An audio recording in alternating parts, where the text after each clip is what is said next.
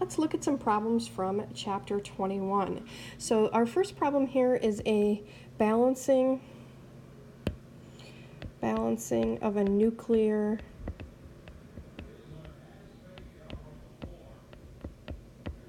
reaction problem.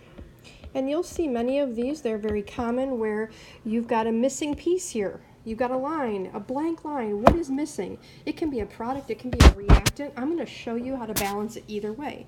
And so the idea of the law of conservation of matter, where matter can't be created or destroyed, this still applies here.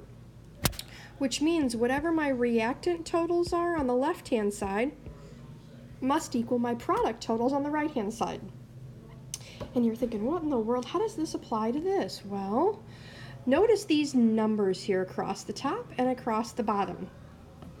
Now, in this particular example, I only have one reactant. So the top number is 244, and as you can see, the bottom is 96. Now, on the right-hand side, I've got two things. Remember what this is called? An alpha particle. We'll talk more about that in just a second. But it's contributing to the mass of 4 and to the number of 2. And what I'm trying to figure out is what goes here and what goes here. That's what we start with. Fill in the blanks in terms of the numbers. So what plus 4 will equal 244? Well, you're right, 240 plus 4. Or if we do the math over here on the side, 244 minus 4, the missing piece must have a mass of 240. That's the top number. What goes on bottom? Well, you see where I'm going with this? 96 minus 2, 94. So the number on bottom must be a 94. And again, remember, the top is mass, the bottom is atomic number. Now, the bottom is critical because, remember, no matter what the isotope is, isotopes can have different mass numbers, but the atomic number always stays the same. And so we need this atomic number to go to the periodic table and find what element has an atomic number of 94. And guess what? There we go. So it's as simple as that. No matter if it's the reactant or the product side, you're doing this basic math where the left-hand side numbers on top have to add up to the right-hand side numbers that are on top. And on the bottom, same idea applies. And you figure out what the element is based on this bottom number.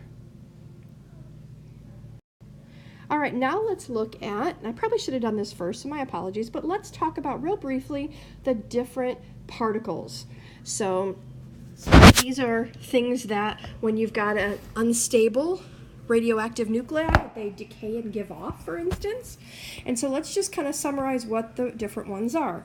I've got alpha, beta, what's called a positron, and then anyone know what the last one is? In fact, it's the most dangerous, it's gamma. So you'll see we're using Greek symbols here. Most of these, with the exception of gamma, however, have, I think, even more useful symbols, because think back to that problem we just did. I wouldn't just look at the Greek letter A, alpha, and know necessarily what the math, what the numbers are, 4 and 2. I have to look it up. So it's usually a little more useful if we're actually told, okay, an alpha particle is the same thing as a helium atom. So what about a beta particle? Well, it's an electron. Electrons have a mass of 0, charge of -1. Positron, yet it still has that B, the Greek symbol for the letter B, so it's still an electron. Electrons never have any mass, but here's where it gets its name. Positrons have a +1 charge. And gamma is simply gamma. Gamma is very high energy, again, very damaging energy. So there isn't a mass associated with energy, so that we would just have the Greek symbol for the letter G. So this question, which of the following is a correct representation of an alpha particle? And you can see real clearly now that I've said all that here's what we've got right there. All right, I hope this was useful, just kind of a little summary for you of nuclear chemistry, chapter 21.